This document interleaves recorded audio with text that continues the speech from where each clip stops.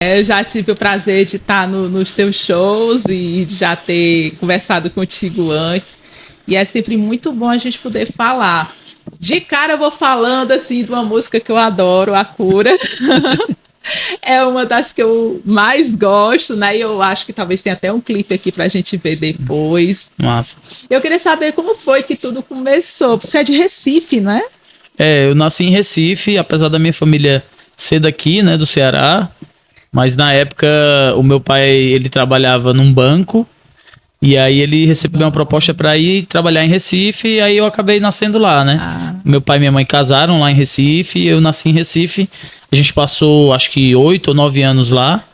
E aí meu irmão também nasceu lá, e depois a gente voltou. Eu vim pela primeira vez, né? Mas eles voltaram pro Ceará. Então eu costumo dizer que eu sou cearense nascido em Recife, porque as minhas origens todas são aqui do Ceará, mas de fato na carteira tá que eu nasci lá. E aí você tem família lá também ou não? Não, não tenho vínculos assim. Os vínculos meus pais ainda têm, porque eles fizeram muitos amigos lá, né? Um tio meu morou lá um tempo também, mas hoje não tem ninguém da minha família que mora lá. E aí, acho que uns 4 anos atrás, não foi mais. Logo quando eu casei, eu fiz uma viagem para Recife.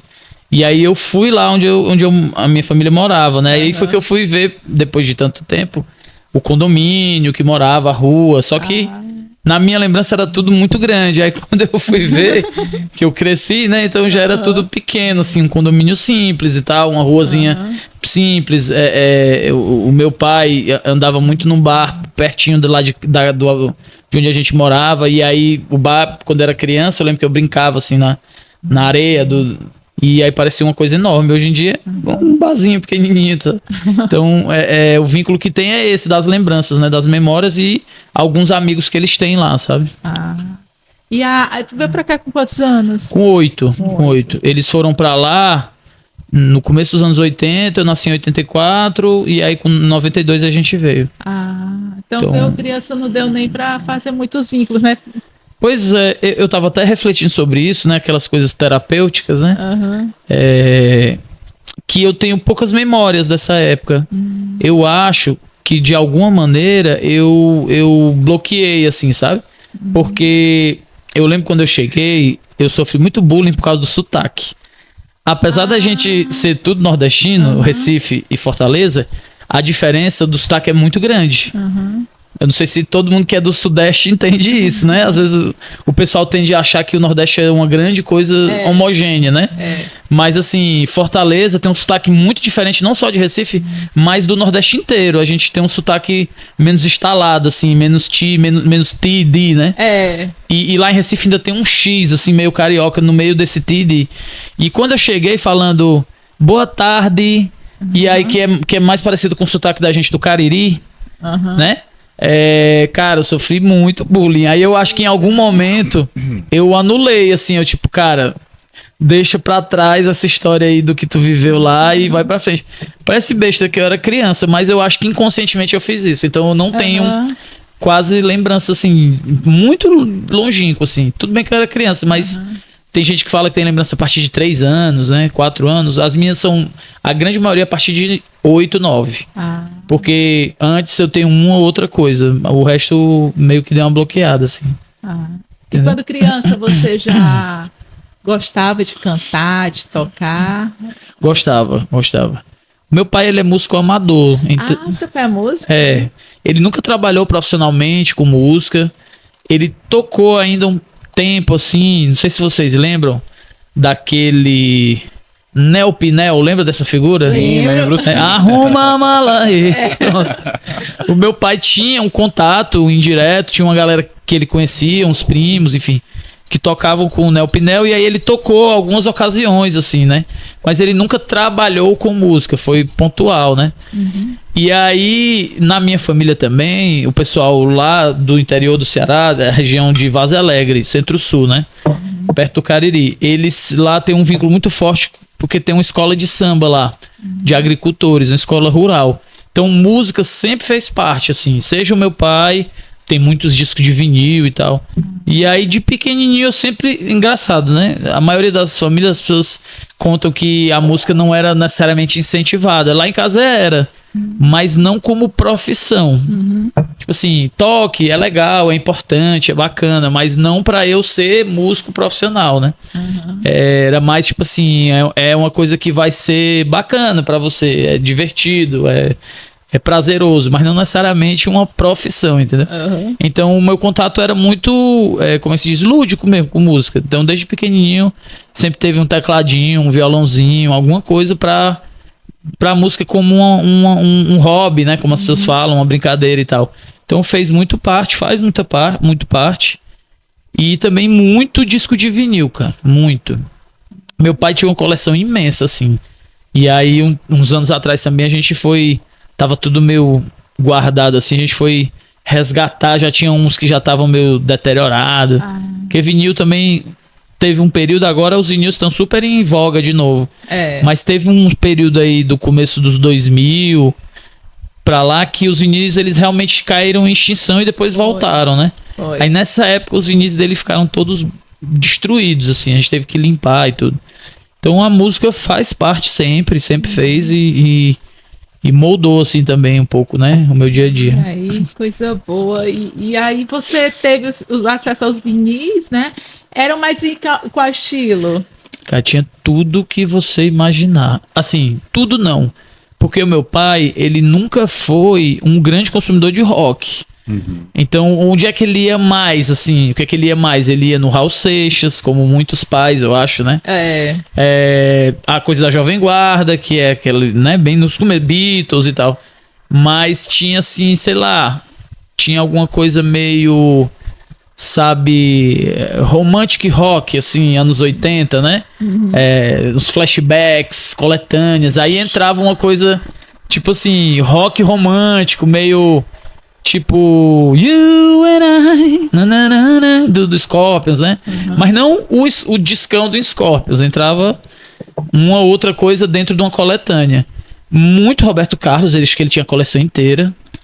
Roberto Carlos. E algumas coisas de música brasileira. O meu pai, ele é muito fã de chorinho. Enfim, do que se chamava Seresta, né? Sim. Mas nos vinis tinha outras coisas, assim. Tinha umas coisas também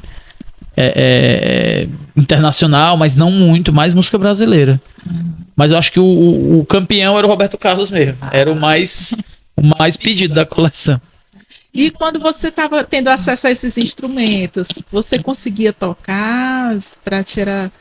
Ou você foi ter aula para aprender? Eu fui ter aula de música, eu acho que eu tinha 11 anos, mas já foi na escola como dentro de uma banda de música da escola. Aí eu fui aprender música formalmente. Esses primeiros anos era mais a coisa da brincadeira. Então, tipo, eu tinha um teclado. Acho que o primeiro instrumento que eu tive mesmo assim, que eu vou estudar, foi um teclado, acho que tinha uns 10 anos. E aí era aquele teclado que era uma revista... que vinha com os adesivos pra você colar nas teclas. Eu sei, eu comprei esse também. Aí você botava dó, ré, mi, aí colava na tecla pra ir aprendendo. Então era uma coisa meio autodidata com a revistinha, né? Aí eu lembro que eu aprendi no teclado, uma das primeiras músicas que eu aprendi foi uma música do Chico César que tava bem na moda, cara. Putz, a vida, agora eu não tô lembrando, mas era... Quando não tinha nada, eu quis. Quando tudo era ausência, esperei. Aí tinha ela no teclado. Que nem é tão teclado ela assim, né? O estilo, né? Aí tinha aquelas coisas clássicas, né? Tipo, sei lá, Noite Feliz. Sim. Essas coisas, né? E aí foi a primeira vez que eu, entendi. Tem uma lógica, né? Tem uma sequência. Dó, ré, mi, fá, sol, lá, si e tal. E aí com 11 anos eu entrei... Eu tava na escola, aqui em Fortaleza, e aí tinha uma banda de música, eu fui estudar e fui aprender partitura, instrumento de sopro. Aí eu fui entrar no estudo formal da música. Mas os instrumentos em casa era curiosidade, né? Tinha, sei lá, uma flautinha. Acho que toda casa tem uma flautazinha doce bobeando, que era de alguma criança que sobrou assim, né? Aí você sopra ali e vê qual é. O meu pai tinha sempre teve cavaquinho por conta da história do chorinho. Então tinha um cavaquinho ali, aí fazia um blém-blém e tal. Mas no teclado foi que eu vi assim, entendi, tem uma matemática aí no negócio, né? E depois nos outros instrumentos. E aí, que é hoje você toca mais guitarra, né, na banda. Eu acho que quando você decide cantar, é meio inevitável que você vá ou pro violão, ou pra guitarra, ou pro piano. Porque são instrumentos que dão uma base de apoio pro cantor, né? É muito difícil você ser o cantor e ser um baterista. A gente sabe que tem vários casos na história da música. Mas é mais difícil, né? O baixo, tem bastante também baixistas que cantam, mas também é menos do que guitarristas e pessoas no violão. Então, o instrumento de sopro, por exemplo, ele inviabiliza você ser o cantor ou instrumentista de sopro, a não ser que você alterne, né? Mas aí, com o tempo, como o que me fascinou foi compor, é a minha grande... Talvez seja o meu maior pé na música, é composição, é criação. Aí eu fui fechando num instrumento que fosse acompanhar a minha voz, né? E aí eu estudei piano também, pouco, violão, guitarra, mas no perfil de trabalho que eu faço hoje é basicamente a guitarra. Até o violão eu tô usando bem pouco mesmo. Só a guitarra. Que legal que o colégio tinha a banda de música, Sim. né? Porque isso ajuda, agrega os alunos que gostam de música a se reunirem e aprenderem música, irem tocando. Que é até um diferencial da gringa, né? Lá é mais fácil você ter essa grade curricular, né? Atrelada ao ensino, né? Normal, né? Da escola.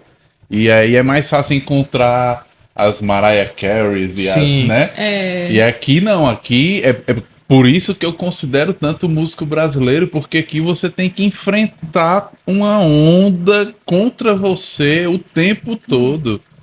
Lá nos Estados Unidos, o ensino de música ele é obrigatório. Aqui também tá? Existe uma lei que... Só que aqui ele é obrigatório, mas ele não é necessariamente dentro da estrutura do ensino regular. Não tem uma disciplina de música. Lá tem. Então, em alguma fase da sua formação de estudante, no que a gente chama de fundamental ou médio, você vai ter aulas de música. Dó, ré, mi, fá, sol, lá, si. Então, todo americano adulto sabe alguma coisa de música formal. E isso faz uma diferença, porque mesmo que você não vire músico, aquele filme Escola do Rock, com o Jack Black, né? Então, mostra bem isso aí, né? Eles têm que ter aquela aula, eles vão construir ali um show, um espetáculo.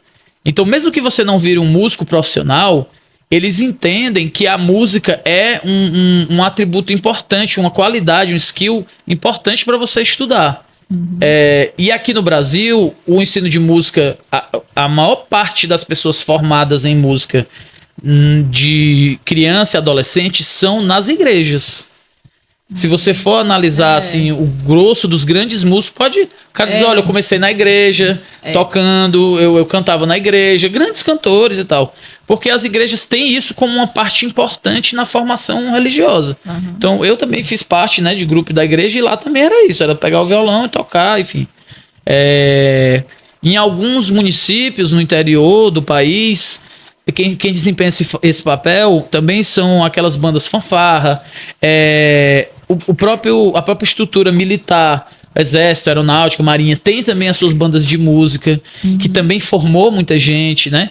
Então, é uma estrutura completamente diferente de como funciona lá.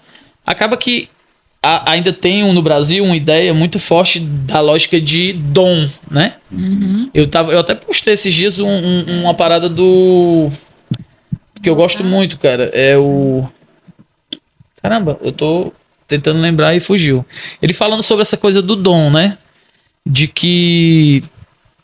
as pessoas falam que eu tenho um dom, que eu... Mas deixa eu mostrar uma coisa. Aí ele mostra um áudio dele tocando no começo. E aí é horrível. Então assim, beleza, vai lá, eu tenho um dom. Mas assim, eu tive que estudar muito para poder desenvolver esse dom. Então essa lógica, na verdade... de que você tem que ter o convívio e a prática, né? Então, para mim, foi legal justamente por isso, porque eu tinha um convívio na escola, né? No dia a dia, em casa. Então, a música fez parte de muitas maneiras. Por exemplo, o meu irmão e a minha irmã também tiveram a mesma vivência. O meu irmão toca trompete. Eita. E a minha irmã toca violino. Mas eles não trabalham com música. fez parte de uma fase da vida deles. Uhum. Eles têm uma lembrança, como é que se diz, afetiva da adolescência, de ser uma coisa marcante e tal. E eles gostam dessa lembrança, mas eles não criaram uma carreira musical, porque eles seguiram outros caminhos. Mas eles sabem e eles dominam aquilo ali em alguma medida, sabe? Puxa, violino, trompete. Aí dava pra juntar e fazer uma banda contigo. Eu tocava sax na banda do colégio. Você tocava sax? Me diz, pode ser. Não, mas faz muito tempo que eu não toco. A última vez que eu toquei, assim, foi em uma ou outra situação. Eu tinha um sax, acabei vendendo, então já faz tempo que eu não toco. Olha, não posso dizer que eu toco, mas é um pouco igual bicicleta, né? Se você estudar um pouquinho, você lembra. Porque sax, teclado... No teclado, não. Eu só sei a ideia, eu não tenho a habilidade, né?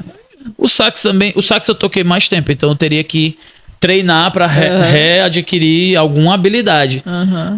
Mas fica, cara, porque tem uma memória muscular nos dedos também, é muito doido. Sim. Você lembra, assim, quem toca sabe, né? Que uma hora você parece que tá gravado ali no seu movimento das mãos, então você lembra as coisas, como as notas eram. Mas deve ser o pulmão é um exercício danado, né? O sax. É até uma fisioterapia, assim, porque o pessoal fala também que nadador tem um pulmão bem, né? Acho que quem toca instrumento de sopro também tem, porque ajuda, né? Você tem uma certa... É como se fosse uma malhação mesmo do pulmão, né? E do controle da respiração. Mas, como eu disse, faz anos que eu não faço. Então, com certeza, se eu pegasse agora, eu ficaria 10 minutos e já estaria cansado, porque é puxado. E aí, como...